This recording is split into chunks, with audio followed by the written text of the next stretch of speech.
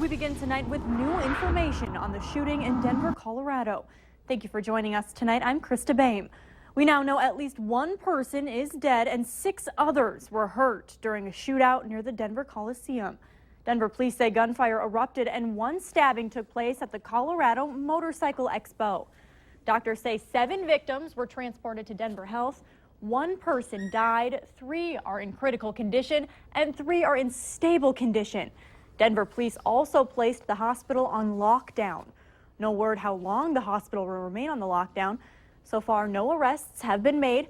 Police are still investigating the cause of this incident. Buying tickets to your favorite show at face value has become a worldwide challenge. A 3-year investigation by the New York State Attorney General reveals nightmare scenarios in every state. With a number of big shows like AC/DC and Justin Bieber slated to crank up the Fargo Dome, use caution on secondhand websites. Brokers buy multiple tickets and sell them on websites like StubHub or for much higher. And stadiums like the Fargo Dome lose out on all the money too. They caution people when buying those tickets because not only could they be more expensive, but phony too. There are many different ways with technology for ticket resellers to get their hands on tickets, and it's just that's why the facilities like Fargo Dome and places that sell it make sure that they do the best they can to make sure that the ticket buying public knows that the only authorized places for purchasing tickets, in the instance of the Fargo Dome, would be coming out to the Fargo Dome ticket office. Your best shot at snagging the standard tickets? Joining fan clubs to get early access or looking for single seats. Police are investigating and looking at surveillance video tonight after an assault at a Fargo car wash. Police were called to the Holiday gas station on Brant Drive at 10:15 this morning. A driver waiting in line for a car wash left space between his car and other vehicles in line so those driving could get through the parking lot.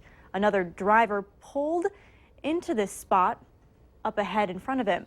The first driver approached the car to talk and eventually punched him twice while he was still in the car. Someone did try to intervene, but the suspect ran off. Police are still working on a description of the vehicle and suspect. A simple assault report was taken and the victim's injuries are minor. Grand Forks Police Department is asking for your help in identifying two people of interest who were seen last week inside a Grand Forks Walmart. The police department posted photos on their Facebook page of these 2 men walking inside the Walmart at Gateway Drive around 8:30 p.m. on January 17th. Here's a closer shot of one of the men wearing a white sweatshirt and green stocking cap with black rimmed glasses.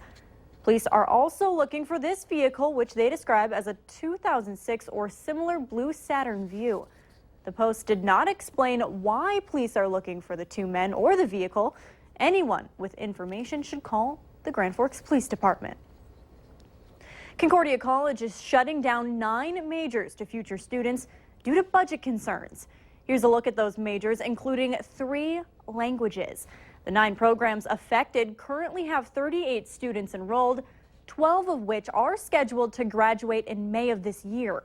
Concordia says it plans to help these students complete their majors on time by allowing them to arrange for courses, pursue independent studies, and substitute some of the required classes. In order to meet their goal, the college will need to generate $2.7 million through cost savings and new incoming revenue. You can learn more on the majors cut on our website, valleynewslive.com. If you haven't signed up for health insurance this year, you better hurry up. The deadline is tomorrow, and for those who don't sign up for any insurance at all, could be left with a hefty fine. Benefits kick in March 1st for those who make the deadline, and if you miss it, you're going to have to wait until November. Experts are expecting a much lower number of people signing up this year. At least 3 choices for health care can be found in each state.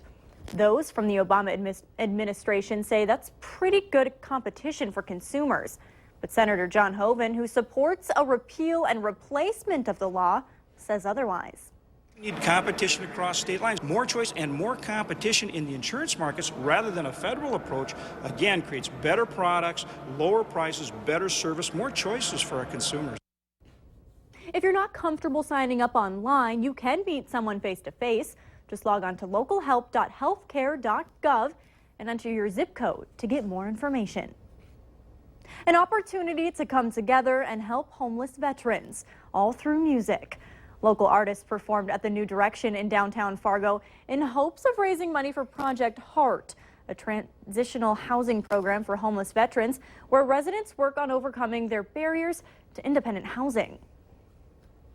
It's always awesome. I mean, the arts community in town is such a close-knit community, and we've gotten together on other issues before, and we haven't really done like a homeless vets thing. I mean, there's been suicide prevention shows and things like that, but to get a new cause, raise awareness within the music scene and the art scene in general, it's kind of really cool to see everyone come together.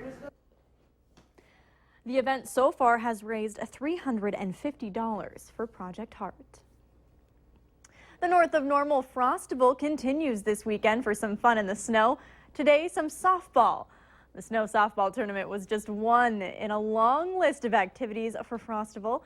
The ball, which looks like a giant snowball, was a bigger, squishier kind of ball, so some fielders didn't have to wear mitts to catch it. The players say the hardest part was not the weather, of course, but running through the snow made it a challenge to get on base. Frostival does continue tomorrow with a bike race starting at 1:30 in the afternoon at the Fargo Community Gardens at Lower Terrace.